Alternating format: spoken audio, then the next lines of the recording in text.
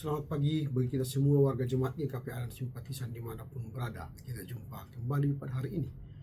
Sebelum kita mulai karya pengabdian kita, marilah kita mohon hikmat bimbingan Tuhan, kita berdoa.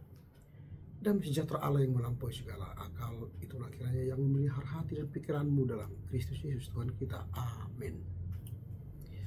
Firman Tuhan yang akan kita renungkan pada pagi ini tertulis dalam kitab Pengkhotbah 3 ayat 1.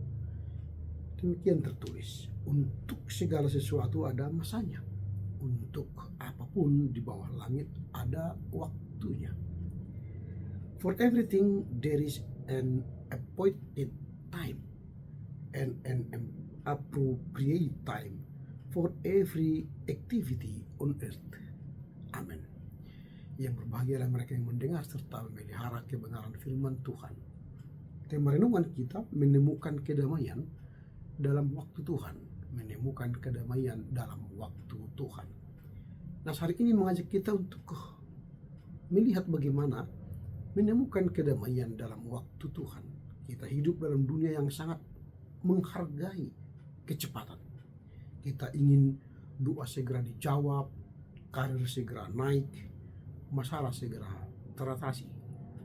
Namun firman Tuhan melalui Raja Salomo dalam kitab Pengkhotbah mengingatkan kita akan satu realitas ilahi. Hidup ini tidak berjalan menurut jam tangan kita, melainkan menurut kalender Tuhan. Apa yang hendak kita pelajari dari nas hari ini? Pertama, kehidupan memiliki irama dan musim.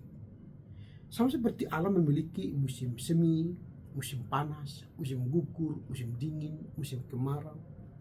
Hidup kita pun demikian. Ada masa untuk menanam, ada masa untuk menuai, ada masa untuk tertawa, ada pula masa untuk menangis. Seringkali kita tidak merasa ada musim dalam hidup kita, sehingga kita merasa frustasi karena kita sedang berada di musim menangis, musim menunggu, musim bergumul. Namun ayat ini menegaskan bahwa setiap musim valid dan ada batas waktu. Tidak selamanya kemarau, tidak selamanya hujan, tidak selamanya dingin.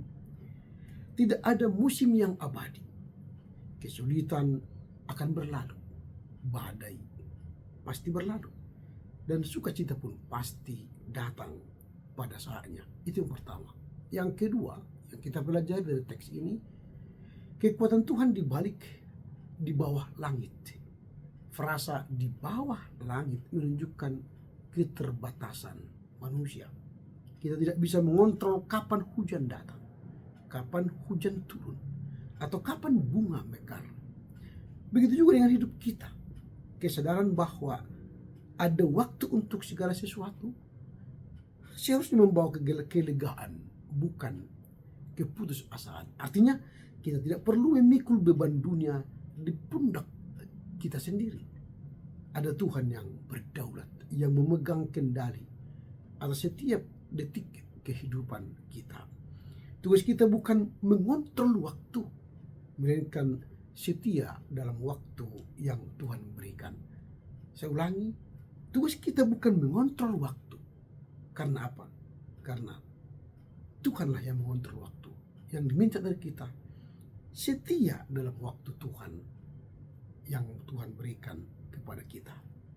Itu yang kedua. Yang ketiga, apa yang kita pelajari? Belajar menghargai masa kini. Seringkali kita kehilangan kebahagiaan hari ini karena kita terlalu sibuk meratap masa lalu, mencemaskan masa depan. Jika kita sedang sulit, jangan terus berpikir sulit. Percayalah, ada waktu masa bertumbuh, berakar dalam Tuhan. Jika hari ini kita dalam masa kelimpahan, itu adalah masa untuk berbagi. Jika hari ini kita kekurangan, maka ada masa untuk berharap berkelimpahan. Setiap waktu memiliki tujuannya sendiri. Jangan kita menghabiskan waktu menanam, waktu menyiangi. Tetapi teruslah bertanya, kapan waktu menuai. Ketika kita menuai, maka disitulah kita bersukacita. Tuhan memberkati usaha kita. Apa artinya teks ini dalam kehidupan kita? Apa yang hendak kita renungkan dari nas hari ini? Pertama, kita tidak memegang kendali yang penuh atas hidup kita. Tuhanlah yang memegang kendali hidup kita. Jadi frasa di bawah langit mengingatkan kita bahwa kita adalah makhluk yang terbatas. Kita bisa merencanakan, bekerja keras, berusaha keras, tapi kita tidak bisa memaksa musim dalam hidup kita berubah sesuai dengan kemauan kita. Belajarlah untuk melepas kendali dari diri kita, tapi percayalah kepada kendali Tuhan, pengaturan Tuhan dalam hidup kita.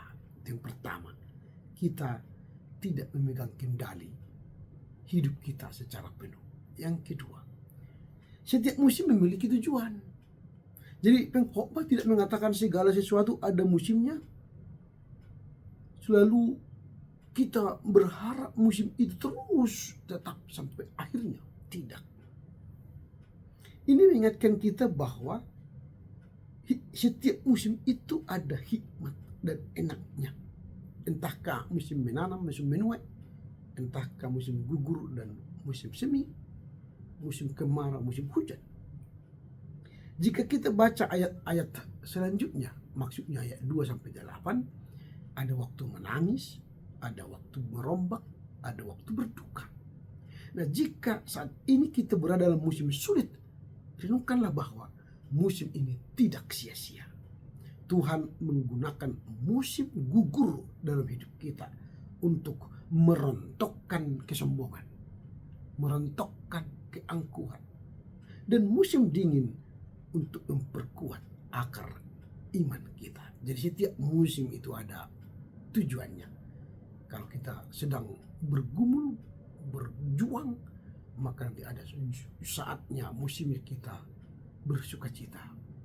Itu yang kedua. Yang ketiga, ketidakkekalan masalah dan keberhasilan. Jadi masalah itu tidak kekal, keberhasilan pun tidak kekal. Prinsip ada masanya tanda petik berarti tidak ada situasi yang permanen di dunia ini. Bagi yang sedang menderita, musim ini akan berlalu. Badai akan berlalu. Tidak tinggal selamanya badai itu. Ia hanya sedang lewat dalam hidup kita. Ini yang memberikan kita pengharapan. Bagi yang sedang di atas, jangan sombong. Jangan bermegah diri.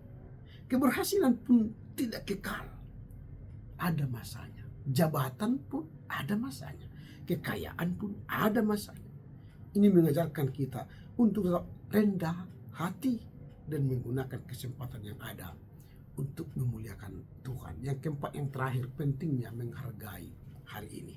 Sering kali kita tidak bahagia karena ingin masa itu terus berlalu, atau masa lalu terus menggerogoti pikiran kita dan mencemaskan masa depan. Saat melajang ingin menikah, saat bekerja ingin pensiun, saat sedih ingin cepat-cepat tertawa. Tetapi segala sesuatu ada waktunya. Hari ini pun ada maknanya. Jangan anggap hari kemarin yang punya makna, hari esok tidak punya makna. Hari ini pun ada maknanya. Jangan habiskan waktu untuk menunggu masa depan dan menyesali masa lalu, sehingga kita lupa berbakti hari ini dan bersyukur hari ini kepada Tuhan. Tuhan hadir di setiap saat, di setiap musim, bukan hanya di musim panen saja. Meskipun Pengkhotbah 3 ayat 1 berbicara tentang perubahan waktu yang fluktuatif, kesimpulannya sebenarnya ada di ayat 11. Ia membuat segala sesuatu indah pada waktunya. Waktu Tuhan mungkin tidak terasa nyaman dalam hidup kita, tetapi selalu tepat. Waktu Tuhan tidak mungkin terasa nyaman dalam hidup kita, tetapi selalu tepat untuk kehidupan kita. Karena itu, pastikan bahwa kita harus mematikan api agar tidak hanya menikmati masa-masa yang lezat, tetapi kadang-kadang kita harus ingat hidup kita ini seperti hoki. Dia tahu kapan memasukkan garam, kapan dia harus mematikan api, menyalakan api sehingga masakan itu lezat. Tuhan tahu persis berapa lama kita harus menderita, menunggu, bersabar, lalu kita melangkah menuju kebahagiaan. Kiranya Tuhan menolong kita mengerti memahami firman-Nya kini sepanjang masa. Amin. Kita berdoa. Bapa dalam surga, kami bersyukur pagi ini kami belajar menemukan kedamaian dalam waktu Tuhan. Kami tidak pegang kendali, Tuhanlah yang mengontrol kehidupan kami. Kami hanya dituntut untuk setia. Kami tidak memaksa Tuhan untuk mengatur waktu kami, tapi kami mengatur hidup kami sesuai waktu Tuhan. Ajar kami untuk mengerti firman-Mu dan melakukannya dalam kehidupan kami sehari-hari demi Kristus Yesus. Amin. Selamat berkarya untuk Tuhan. Tuhan Yesus memberkati. Horas, horas, horas.